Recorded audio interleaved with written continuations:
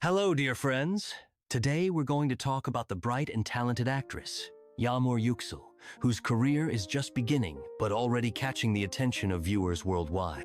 With each passing day, her popularity grows, and audiences are becoming more enchanted by her expressive acting and delicate beauty.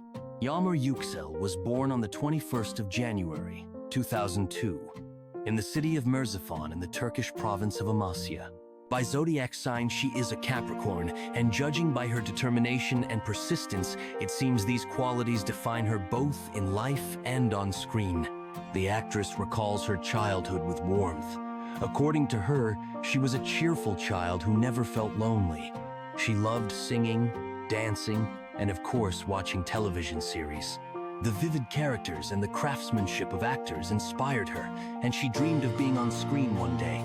Even as a schoolgirl, Yagmur began receiving invitations to auditions, although she initially declined them. However, in her senior year of medical school, her dream finally came true.